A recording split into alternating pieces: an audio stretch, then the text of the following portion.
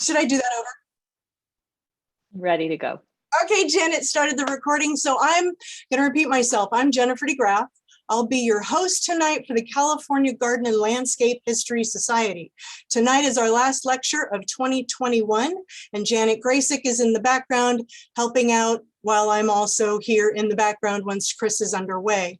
We ask you to put your questions in the chat so that we can collect them, and we'll take those questions at the end. Now, the California Garden and Landscape History Society is a membership-led organization. So if you are a member, then you benefit from early registration and discounted rates, and you also get our quarterly journal called Eden. If you're not a member, then you can also enjoy this stuff, you just don't get those things.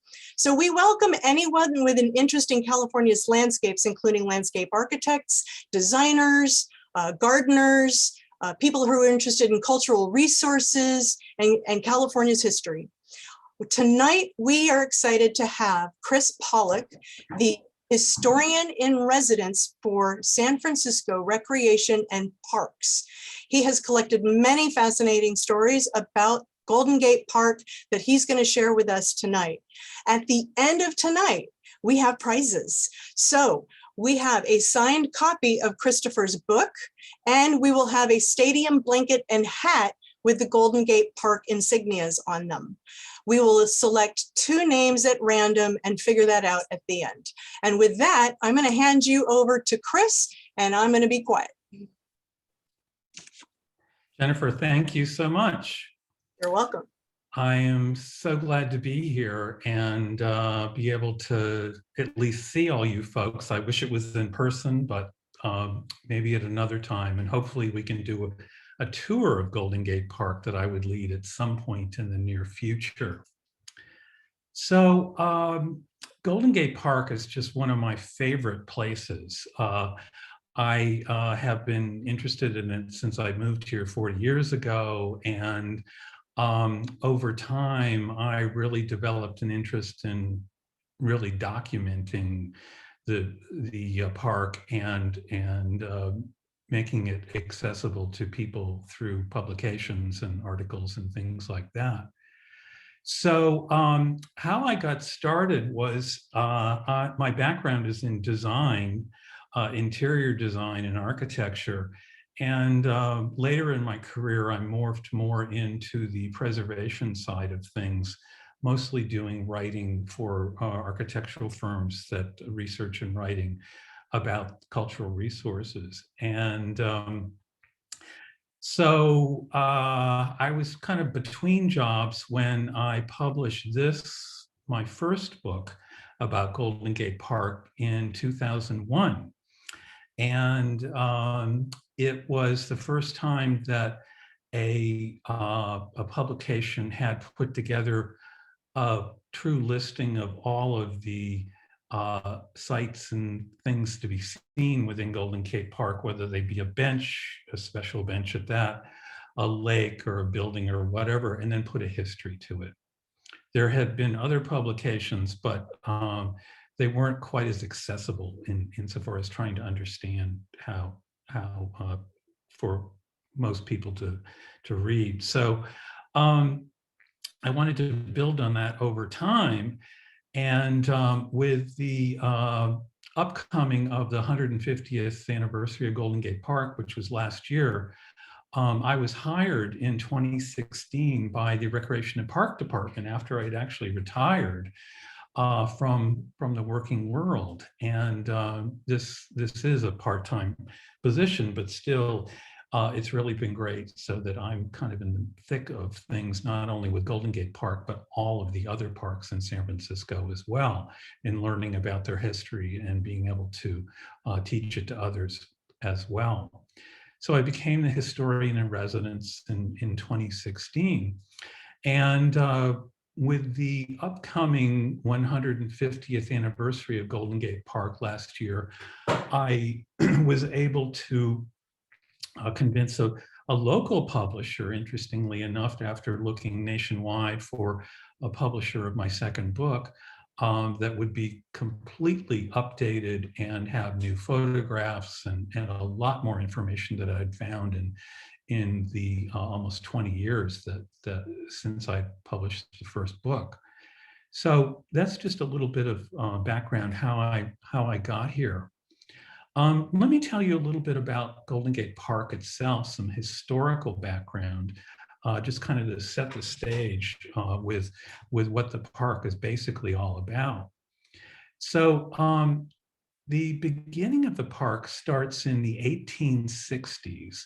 San Francisco as such started 1851. So it's not long after the founding of San Francisco that the idea of having a great public park, as published in the Daily Alta newspaper here in 1865, was wanted by San Franciscans. There was a consideration that San Francisco was going to be a real metropolitan star, the Paris of the Pacific, as some people called it. And they should have a park that was on par with Central Park in New York City. And so it took quite a while to happen, but the idea kept growing and growing. And by the time we reach 1870, that in fact Golden Gate Park is established. And there is no actual date other than this, the ordinance by the state of California that is dated April 4th, 1870, that this is the birthday that's attributed to the park, only because there's no other dedication date or anything like that. They're starting from scratch with nothing but sand dunes, and I'll talk about that in a minute. So that April 4th becomes the very beginning after a lot of discussion. And in fact, Golden Gate Park was administered by the state of California in the beginning up until the year 1900. It was not a city park up until 1900. So as I mentioned, what they had to start with in 1870 was just sand dunes. There was very little scrub, a few trees here and there, but basically it was the sand dunes. And continuing the historical overview of what was happening in that timeline, that this is the map that was published in 1870 that designated Golden Gate Park as part of the ordinance that I showed a moment ago.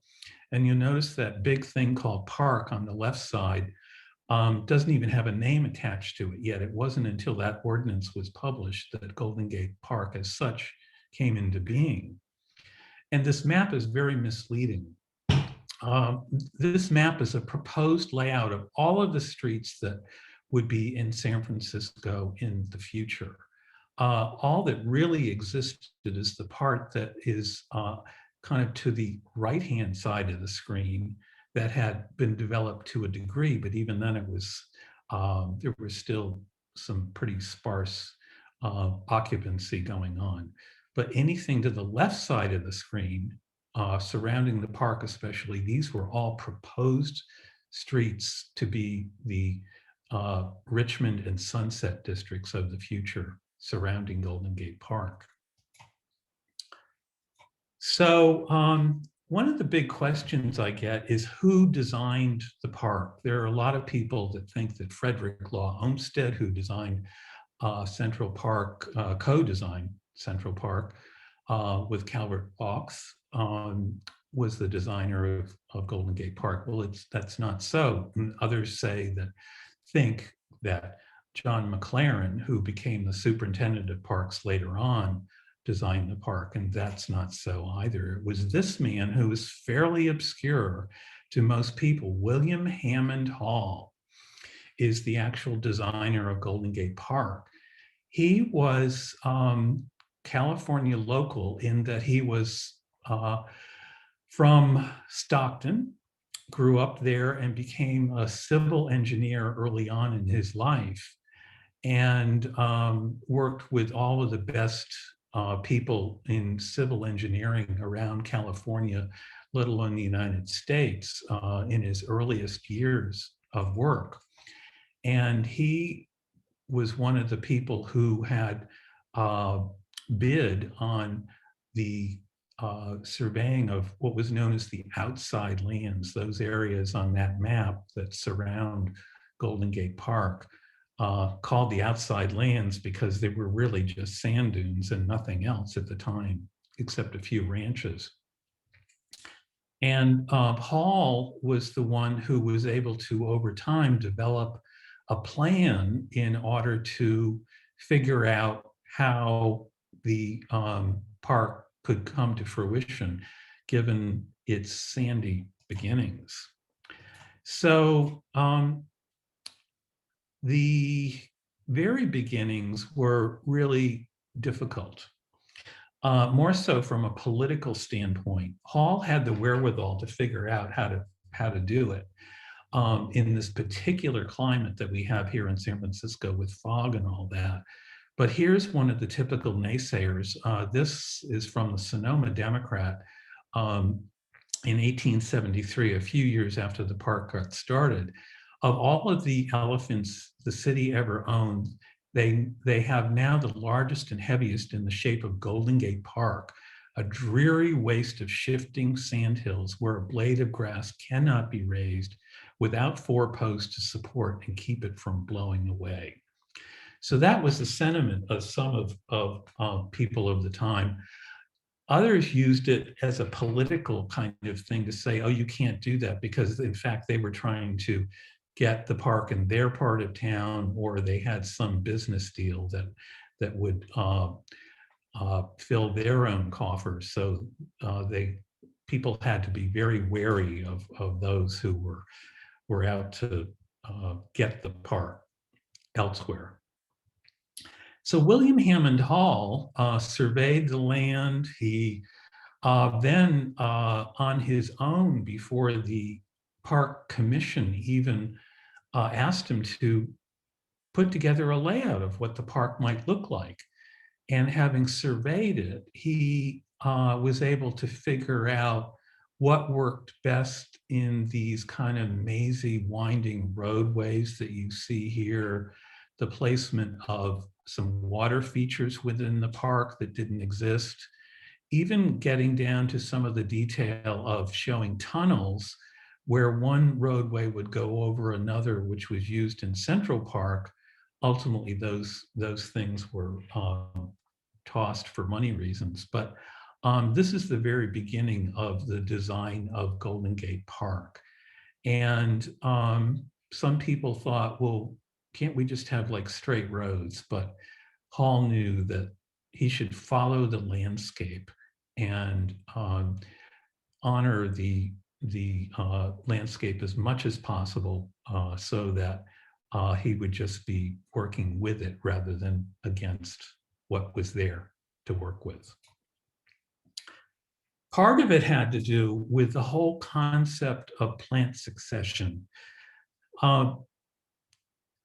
The whole idea was, how can you over time bring this sand waste into a living, breathing kind of forest kind of area that you see today?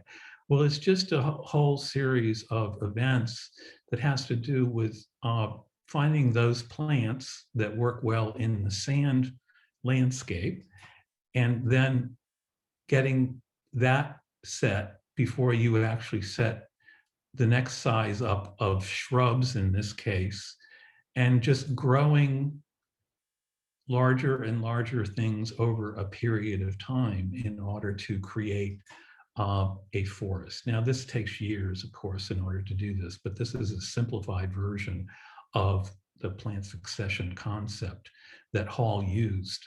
And it was a well-known concept that has been used throughout the world in other areas.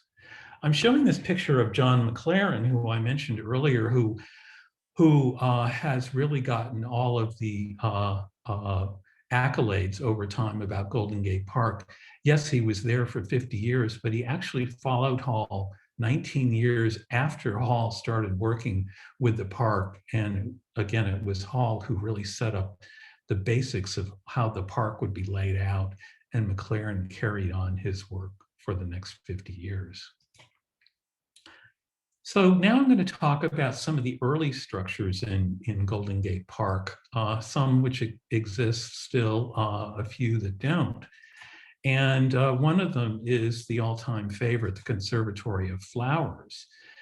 The large wood conservatory was actually something that was purchased by James Lick, who was a wealthy man in California who was a little bit of an eccentric, but he was, as I said, wealthy and gave a lot of money to various institutions, worthy institutions within California. One of them is the Lick Observatory that is down near San Jose, that still is with us today and being used. And that was done in the late 1800s. Lick had ordered greenhouses for his estate down in San Jose, but very shortly thereafter he died. And so the Society of California Pioneers were gifted the 2 greenhouses, and one of them was the largest of the 2, was bought up by a series of men here in San Francisco, 27 men, who were wealthy, with the likes of names of Stanford, Crocker, and Spreckles, whose names are known throughout California. And they ended up donating the greenhouse to Golden Gate Park, which was installed in 1878, assembled. So within the greenhouse was just a wonderful temperature-controlled environment. And you could see all sorts of things like these Victoria Regina lilies, which are just incredible in scale. A small child can actually float on top of one of those lily pads.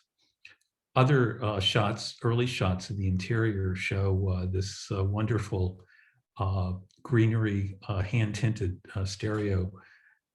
stereograph.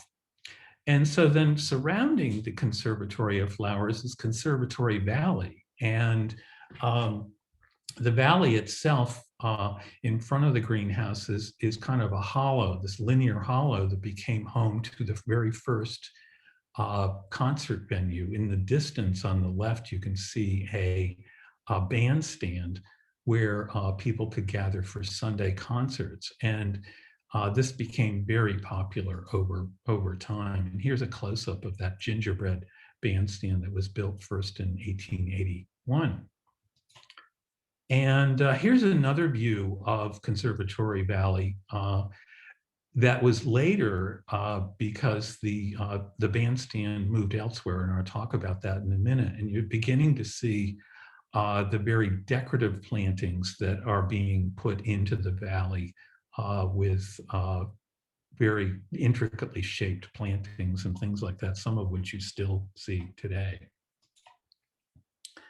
So what is known as the second bandstand, since the first bandstand at the Conservatory Valley was so popular, this much larger facility was built across the way, and was built in kind of an area that was shaped by the landscape to be reflective of sound, as well as obviously the band shell itself. And you see floral plaques surrounding the bandstand as well. And thousands of people would show up on Sundays for this event. And that kind of event still happens to this day on Sundays. And here's an aerial lithograph showing that particular setup as it was. Today, this is home to the tennis courts. So the third bandstand, if you will, is called the Spreckles Temple of Music. And it was given by Klaus Spreckles, the Sugar King, as he was known throughout California. And it was he who was the president of the park commission at the time, who decided to give some $80,000 for this magnificent temple that still stands today within the museum area of Golden Gate Park. And here's a shot of it being constructed in 1899. Remember that in those days, they didn't have, they may have had what they call steam donkeys, but they didn't have the mechanical devices that we have today. Horses were probably used to raise this stone that was used in the building of this. So it's amazing that some of these structures got built. And here you see it in later years. And it's a beautiful colonnade on either side flanking the semi-round band shell. Another building that is an early building in Golden Gate Park is the Sharon Quarters for Children, and this has a rather complicated history. Frederick Sharon was a real robber baron, a real bad guy from a monetary standpoint, who essentially just sideswiped everybody he ever came in contact with financially. And however, he did end up giving money when he died to Golden Gate Park for something. He didn't identify exactly what it was. But to tell you, give you an idea of how bad he was, that he had a business partner by the name of Ralston, who he was partners with in the Palace Hotel here in San Francisco. And when Ralston died under somewhat mysterious circumstances, Sharon ended up not only getting all of his money, but Ralston Hall, which is a big residence down in Belmont and here in the peninsula, where his family lived, and kicked out the family even, so that the family got no money after the husband died. And this is the kind of guy that Sharon was. Well, for Golden Gate Park, his executors decided that there would be this grand gateway at the entrance to Golden Gate Park, about where the lodge is today, at the eastern end of the park. And it would just be, you know, it would have little gatehouses on either end and be this colonnade with gates and all sorts of hoo-ha. And that didn't sit well with a whole lot of people, including William Hammond Hall.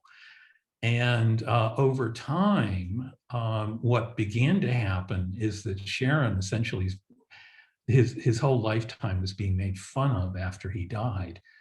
And the Wasp, a local newspaper that was kind of like Punch in France, published this allegory showing all of Sharon's peccadillos during his entire life, including all sorts of issues about marriage or not, and people that he defrauded or not.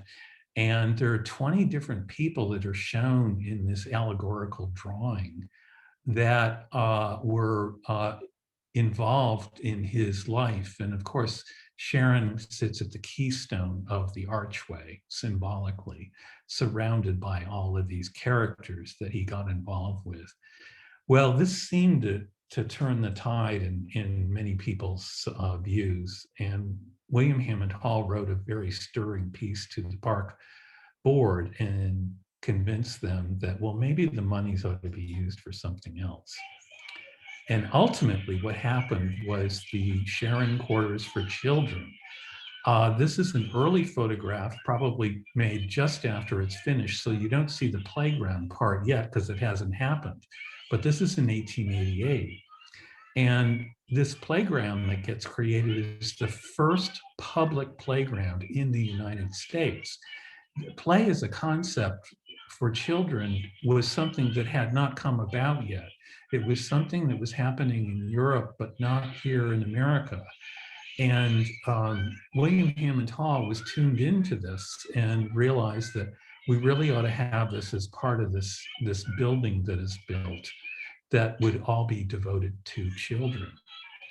So this gets constructed, This was an interesting find. Just last year, I was handed a rolled up piece of paper by one of the people in the Recreation and Park Department and said, you might want this thing. We don't know what it is and we're not sure what to do with it. Well, it turned out to be the plan for the very building that I was talking about, and it more the landscape plan, the building itself.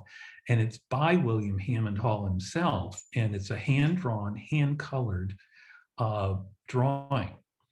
And it's showing the building up at the top center, and then down below, the round element is a carousel that was installed later.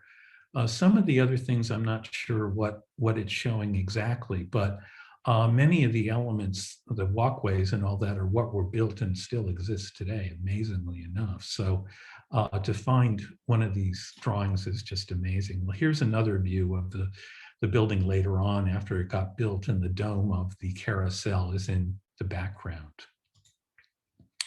So other attractions in the park. In the late 1800s, it was decided that they would start having animals in the park, not really a zoo per se, but the beginning of the idea of collections of animals. And an aviary, this wonderful little kind of T-shaped building, was the first really building that was devoted to the zoo concept in Golden Gate Park. Well, it turned out this was so popular that just 2 years later, they built a much larger aviary that people could actually walk through. There was netting on the tunnel and then netting on the outside structure of the building to enclose the birds in a much more open green space than certainly the first aviary had. So this must have been a wonderful space to be able to be in, and you're in amongst the birds themselves. Another huge element that had a lot of impact on the development of Golden Gate Park was the Midwinter Fair of 1894. And this was held in what is today's Music Concourse, where the museums and the Spreckles Temple of Music are. The form of the landscape that you see today was the outcome of this fair. It was generated by the fair and just left after all of the buildings of the Midwinter Fair had been torn down or moved or whatever. So you had people coming into California at a time in 1894. We were having what was known then as a panic. We would call it a recession today. And the idea was to bring people to California and Golden Gate Park and bring some money into the city. And it was wildly successful as it turned out. And it became the nucleus, as I said, for museums that we know of today. Other elements in Golden Gate Park, very different elements, are this postcard shows what was shown as Lover's Lane in Golden Gate Park. I have no idea actually where this was. There's no documentation on a map that shows where exactly it was, but we certainly still have the oak woodlands today that on the eastern end of the park, which were in fact there from the very beginning. I talked earlier about the sand waste and all of that. Well, there were some stands of oaks around, and those have been kept and maintained today. Another area that was developed over time was what we know as the AIDS Dell, the National AIDS Memorial. And it started out as an area for, again, the animal collection, in this case, deer and elk, placed in what was known as Deer Glen, this depression in an area on the eastern end of the park that in this picture is flooded, and which was seasonal flooding. And later on, that was developed into, by 1902, as De Laveaga Dell. Jose de la Vega from the Santa Cruz area had given monies in order to have ferns planted within the area around surrounding the lake that I just previously showed. And that began development of the area. Well, that lasted for a while, but it wasn't really well taken care of. And by the 1990s, the area was just a rat hole, overgrown. I never went down in that area knowing that it was just not a safe area to be in. And people discovered that, well, maybe, this could be developed into something really special, and it was.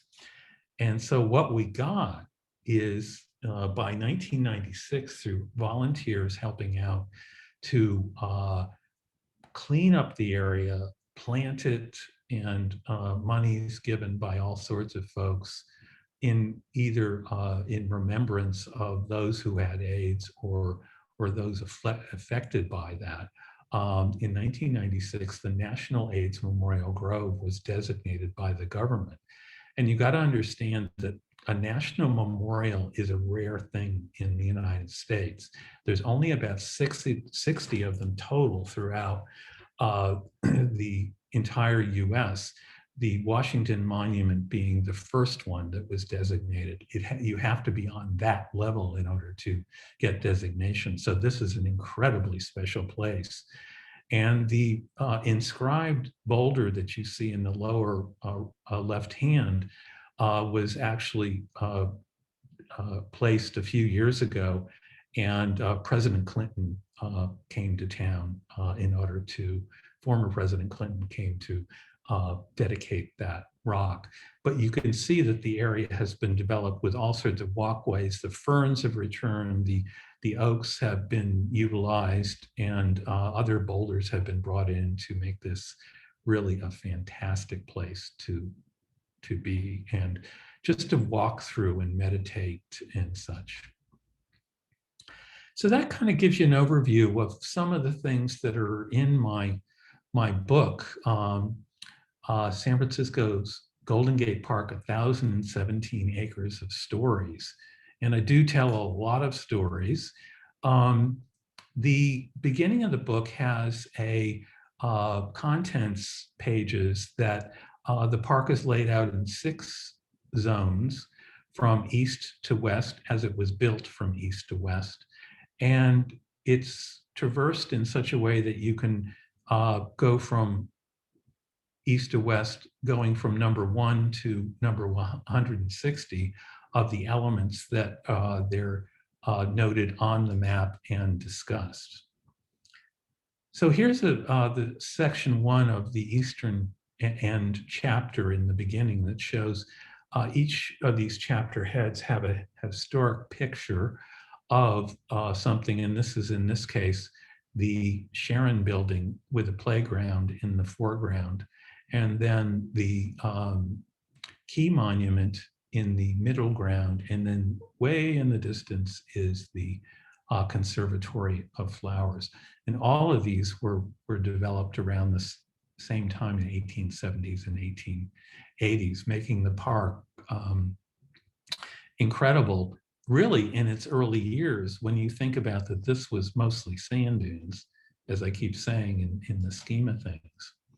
And so the book marches along in various chapters with new pictures of elements and some older pictures using postcards in some cases.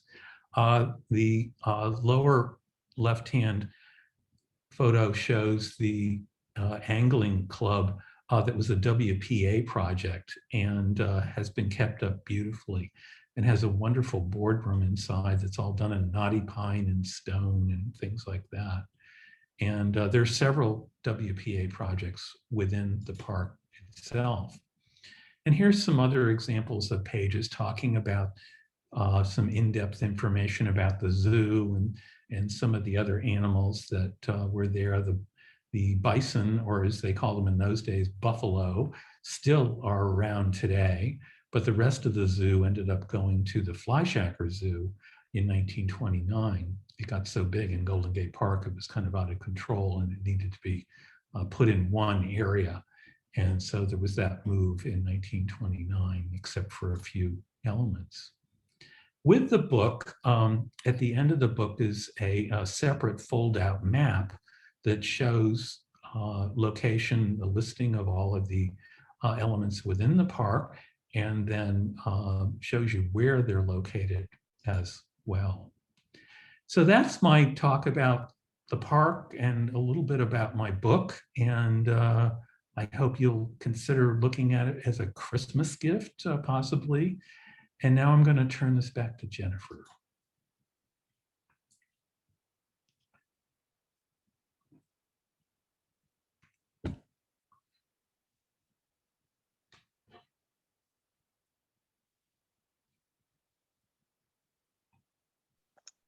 Okay, and before Jennifer starts with the questions and answers, this is Janet, and I'm going to announce the prize winners. Ayla Louise Mateo, you're going to win a signed copy of Christopher's beautiful book, and then a Golden Gate Park themed gift will go to Michael Behan. And if you would please message me directly through the chat, just use the pull down menu in the chat to find my name, Janet Graysick, and then you can get me your address. All right, that's great. Thanks so much. There you Now go, Jennifer. Yeah, the whole rest of the time is for questions. That's awesome. Okay, so question one, Christopher. What, wait a minute, no. Were Lord and Burnham involved with the Conservatory of Flowers? Yes. So Lord and Burnham were fabricators, essentially, of greenhouses across the United States. And they were enlisted to actually erect the greenhouse. There was thoughts in the beginning that they were the ones who actually provided the greenhouse itself. There's some gray area in that whole thing about where the actual greenhouse came from.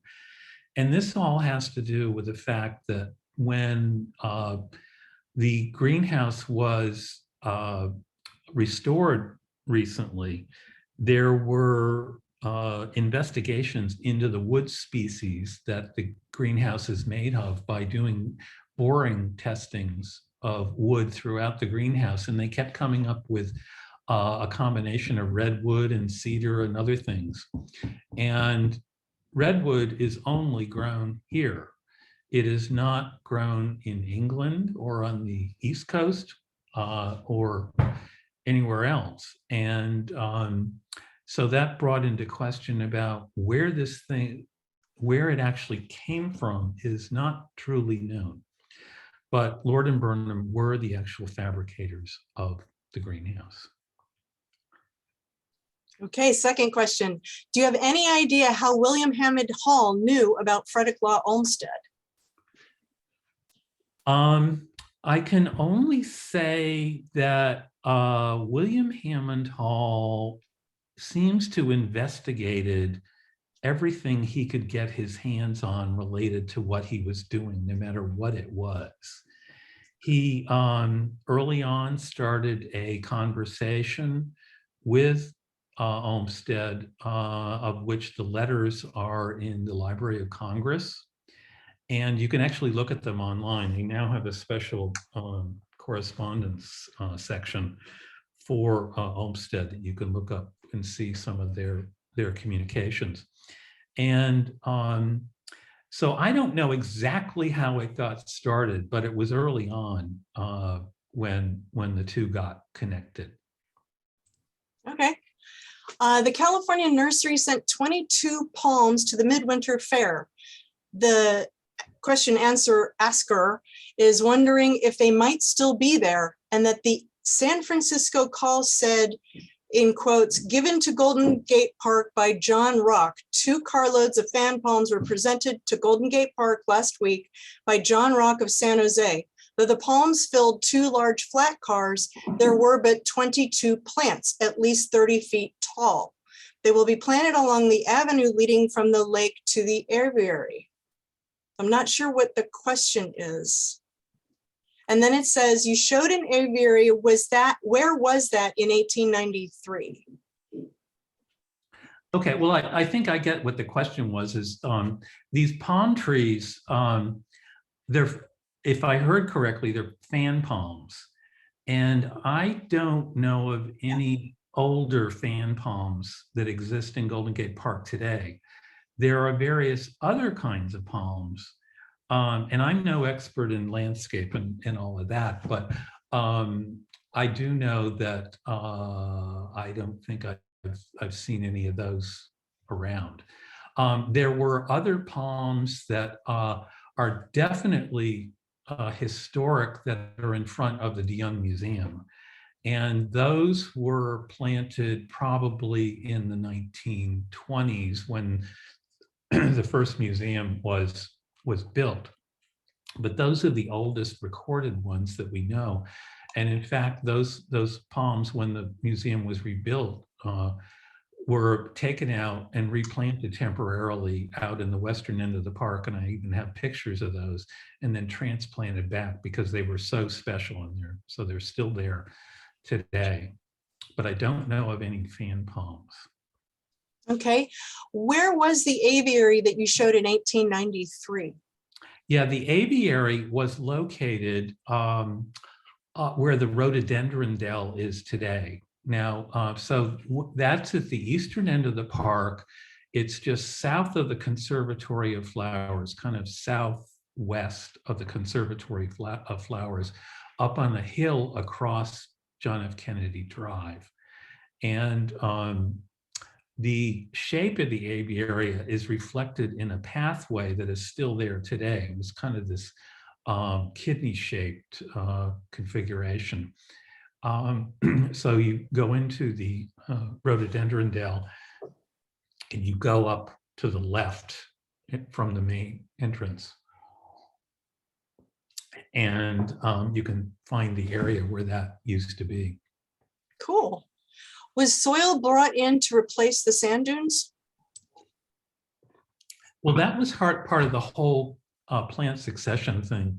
No amount of topsoil could certainly be found, you know, in order to cover all of Golden Gate Park. So it all had to be kind of the process of, as I explained in the plant succession concept, and how that worked had mostly to do what were known as street sweepings. And for years, I kept seeing all of these mentions of street sweepings in 1800s newspapers about being brought to Golden Gate Park, where it's horse manure. And so truckloads of this stuff, railroad car loads of manure would be brought into Golden Gate Park as part of the process and mixed with the sand. Clearly some amount of topsoil was brought in, but they were building soil essentially. And then with the falling of leaves and needles and things like that, there was a building up of the soil layers that you find today. It's still extremely shallow because you can find sand very, very easily underneath all of Golden Gate Park. But yeah, it was mostly horse manure that we can thank for that. Someone remembers going to the Japanese garden as a child. When was that built, and is it still there? So the Japanese tea garden is indeed still there. It's a major attraction. And it's really beautiful, especially in the springtime. I would go in April as a primo time to go see it. Wisteria and other things are in bloom, and it's just fabulous. It was a creation of the Midwinter Fair that I spoke of in 1894. George Turner Marsh and others created this garden on a relatively small scale. What you see today is an enlarged version of it. But it was part of the whole idea of bringing exotic cultures into the United States that was being done at these exhibitions of the time. One had been done in Chicago a few years earlier for the Columbian exhibition. So it was just part of one of the things that you do when you had a major exhibition in those days.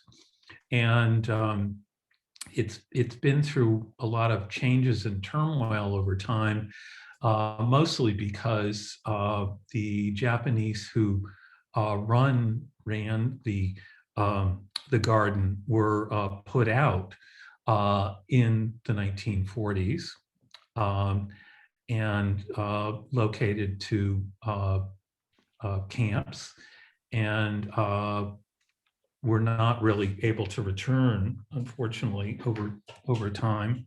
But it's still around today in a wonderful incarnation. Okay, how did the Dahlia Garden happen? The Dahlia Garden is an offshoot of the 1939 World's Fair at Treasure Island.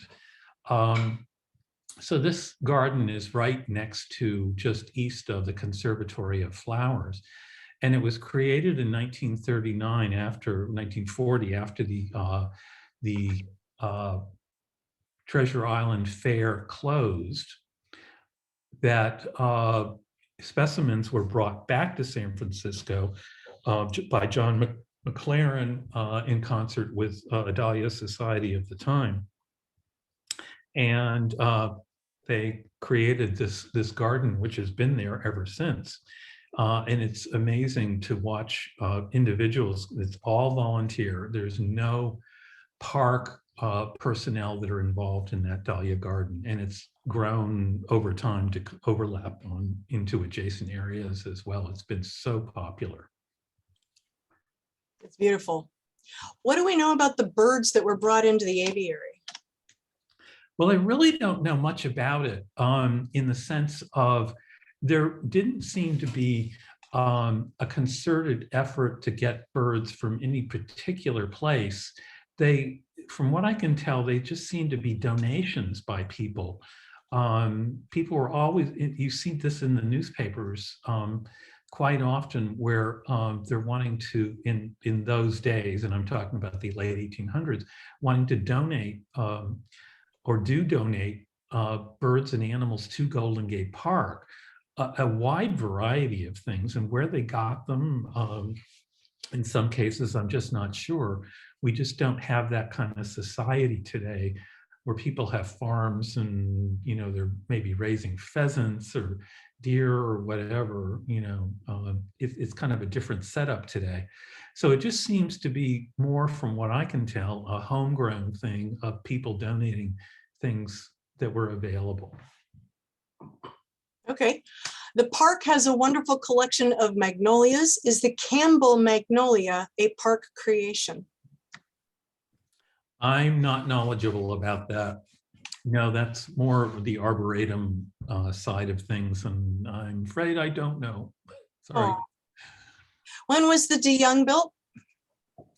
Well, the very first museum on that site that we know today was actually part of the 1894 Midwinter Fair. And it was a museum of various antiquities and reproductions, for that matter. It was a combination of things. And it was a small building relative to today's building size that was in the Egyptian style, and which was a real fad at the time. And so that was the beginning of what was known as the Memorial Museum. The building was kept on after most of the others were torn down. Michael DeYoung, who was behind the entire creation of the Midwinter Fair, decided that he would put some backing behind the creation of a museum. And then, so by the 1920s, or early 1920s, what we think of today as the old museum, the old DeYoung Museum, which was this giant building with a central tower, was built starting in the 1920s, a very decorative building. And that lasted over time until relatively recently, when the newest DeYoung was built. So there have been 3 incarnations of museums on the same site over time. What's the biggest challenge facing the garden today? Oh, there's so many. I suppose gardeners, having enough gardeners to really, from my point of view, because I am a volunteer actually as well. I go in 2 days, 2 mornings a week to volunteer garden in the park. So getting enough people in order to take care of and water the park, weed and all of that. Another interesting challenge is nature unto itself. Things that I witnessed between gophers and crows, we lose quite a bit of plant material. For example, in Conservatory Valley, they replant the valley quite often with floral displays. So various combinations of plants and shrubs and things like that. And the young tender plants are just wonderful little play toys for the crows to come in and just start yanking them up. And it's been a real issue to try and control those things. And the gophers can't be controlled. They are with us, and we just have to live with them. So from my point of view, those are some thoughts on the subject. So Central Park spurred a lot of development and was an example for San Francisco. Did development occur around the park pretty quickly as the park was developed? Yeah, that certainly was part of the thinking. And the way you gauge that is the fact that some of the city's big real estate tycoons ended up buying up land around Golden Gate Park, hoping to develop it. Because once you've got this attraction, which is, by the way, in the middle of nowhere in the very beginning, and you create neighborhoods and things like that, it's a very attractive thing. And you'll see in the newspapers over time, somebody advertising their real estate that, close to Golden Gate Park. And that was really part of the whole idea of the Midwinter Fair as well. Some of the impetus behind that was because of the real estate developers, and some of who called it the Sunset City. And the whole idea is to make it sound very attractive to people to buy land out around the park and be close to that amenity. Cool. Why was Golden Gate Park named Golden Gate? That's a really good question that I don't exactly have an answer for, other than the obvious. The obvious thing comes from, it's the Golden Gate Strait, where the Golden Gate Bridge is today. That was the initial naming of the phrase Golden Gate. Oh. How it actually gets then translated, I've never actually found any discussion about some people wanting to name it one thing and another and all that. I've never seen anything on that. Somehow it just kind of appears out of nowhere, but it's definitely, it's something that, the idea of the name Golden Gate was around based on the strait that really was made. It was the main gateway into San Francisco at the time for ships. Cool. And what happened to the monastery that Hearst donated to the park? So William Randolph Hearst donated parts of a monastery from Spain that he rescued in the 1930s, had brought over from Spain. He ended up running out of money during the Depression, believe it or not. We don't think of Hearst ever running out of money, but in fact, he was getting a little desperate at one point. And so he ends up giving, or what one person called foisting, the unbuilt monastery stones to Golden Gate Park with the idea that they'd do something with them at some point. And so that's in the 1930s. And the stones just idled in crates for decades until the 1980s and 90s, when even though there had been proposals to actually build a monastery in the 1940s, World War II put the kibosh on that. Julia Morgan had put together a plan for that. So the stones continued to be next to the Japanese tea garden in Golden Gate Park. Well, the wonderful outcome of the whole thing was that a Cistercian monastery that's up in Vina, California, that's way up in Northern California in Trinity County, near where actually Hearst had one of his compounds, that they ended up deciding to acquire the stones, some of the stones, and build a chapel up there, which finally occurred just a few years ago. And I've been there, and it's a fabulous reconstruction of stones. And those stones that they didn't have that fit the puzzle, they actually recreated pieces, but you'd never know exactly which are old and new. But so the monastery started out as a Cistercian monastery in Spain, was abandoned, comes to America, and now it's part of a Cistercian monastery all over again. So it's gone full circle in the scheme of things. Do we know what other things William Hammond Hall designed?